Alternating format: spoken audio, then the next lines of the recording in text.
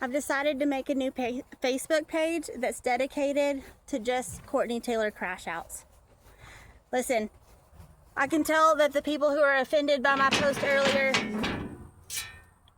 which I knew they would be, it's literally in the first sentence of the post, probably didn't read past the first 4 sentences. And to be honest with you, I don't blame you, because I write novels. I really do. And my videos are actually not much better. But here's my little video rebuttal for you guys.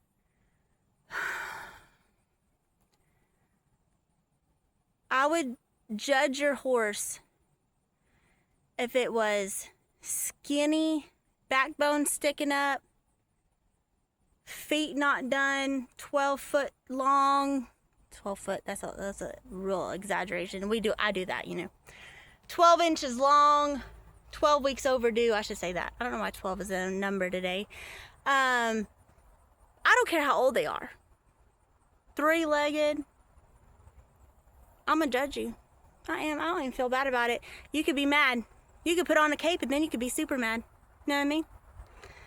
But we're talking about senior horses. That was what the post was about this morning. I love senior horses. I ran, I said, till he's 22. I ran Ace till he was 19, maybe 20. I think that's when I got him to Brashira. I call her B. We have a lot of older horses. That's all I stick my daughter on is older horses. So here, let me specify. Listen. There's a difference between my mom, who is 72, and outworks 25-year-olds out here gardening and landscaping and stuff, and another lady who's 72. Actually, it was really funny. The other day at Tractor Supply, this lady came out with a basket full of like dog food and stuff. My mom, before I could even knew what was going on, she done jumped out the truck to go help this lady put it in her car. That lady was clearly 10 years younger than my mom. My mom had 10 years on her and had to help her put her stuff in her car. And I thought, that's kind of cool. Listen, these horses are no different. Okay, 72 on one lady doesn't look like 72 on another. And 20 years old on one horse does not look like 20 years old on another. In fact, I think there's going to be a 24-year-old breakaway horse at the NFR this year. And it looks good. Real good. Stops hard. There is a time. And when your horse is so stiff and so arthritic that it struggles to change leads, it's time to get off. I don't care how excited they get in the alley. I do not care. Okay? It is time. Put a little one on them so that they can trot. They don't got to worry about switching leads. That's what I did with mine. When they start slowing down, I pass them to my daughter or someone else who is not as competitive as I am. Okay? When they get to the point where I can no longer place on them in the 4D or the 5Ds without asking them for their guts, they go and they start competing at a lower level. I don't trail ride on them. My horses are not trail horses. I don't trail ride. I think it's boring AF. I don't get any pleasure out of it. My horses don't trail ride. They wouldn't know what to do if they had to step over a log. Okay, you can't open gates on them. They run barrels. They are barrel horses. They were race horses before they were barrel horses, and now they're barrel horses. And that's it. So what can you do with these horses? Well, you don't have to turn them into trail horses. No one's asking you to do that. Step down the difficulty. Step down the difficulty, for one, and keep taking them. Or two, I teach lessons or clinics or use mine for video demos. Also, they don't have to get hurt in order to retire them. I think that's like a common misconception. It's like a different mentality. Like when mine start needing, Bute or Banamine to run, I'm not going to run them anymore. It means they've aged out. Well, that's not true, because I know 5-year-olds that run on Bute and Banamine. I know 5-year-olds that run on Equiox every day. So it actually has nothing to do with that. Okay, but as far as senior horses go, like my stud horse is barefoot, has never had a soft tissue injury, does not have joint arthritis, is Perlino, fixing to be 25, and doesn't even have a cancer spot on him. Just a genetic anomaly. Okay, it's just weird.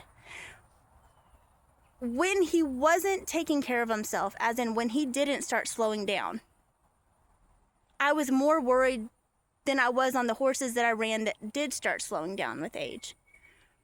Because then I realized this horse is going to break a leg off trying for me. He's completely sound. But does he have to get crippled before I step him down? No. He shouldn't. So here's my analogy.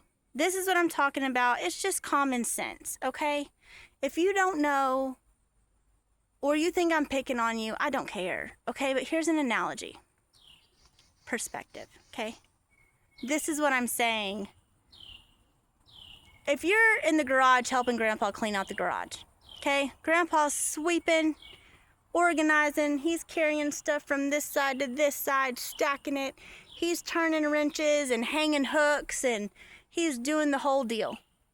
Grandpa's in great shape. 80 years old. Just never been hurt before. Doesn't have back problems. Active. Picks up his grandkids. Walks every day. Still lifts the little weights. You know, just good shape. Grandpa's in good shape. And Grandpa goes, hey, there is a box up in the attic that I got tools in, and I want to bring them down here and hang them on my hanging hooks. Let's pull the ladder down. I'm going to get up there and get this box. Now, if you're any sort of decent human being, you go, no, Grandpa. I will climb up the ladder and get the box. Not you. Now, Grandpa's going to protest because Grandpa's independent. He's strong. And he's going to say, I would do it if you weren't here. I do stuff like this all the time. It's only a 10-foot ladder. It's got a handrail. The box weighs maybe 40 or 50 pounds, so no big deal. Now, can Grandpa do it? Probably. Would he have done it if you weren't there? Probably. And would he have gotten hurt? Probably not. Maybe. But if you're any sort of decent human being, despite his protesting, you go, listen, I'm going to do it.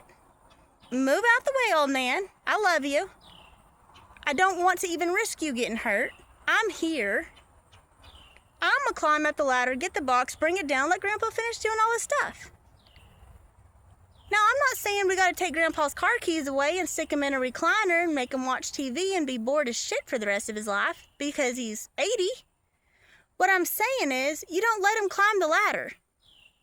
You don't let him do the heavy lifting. He doesn't need to do that because you're there. Would he get hurt? Probably not. But could he? Yeah. And do you have to wait until Grandpa falls and breaks a hip before you step up and take some weight off his shoulders? No.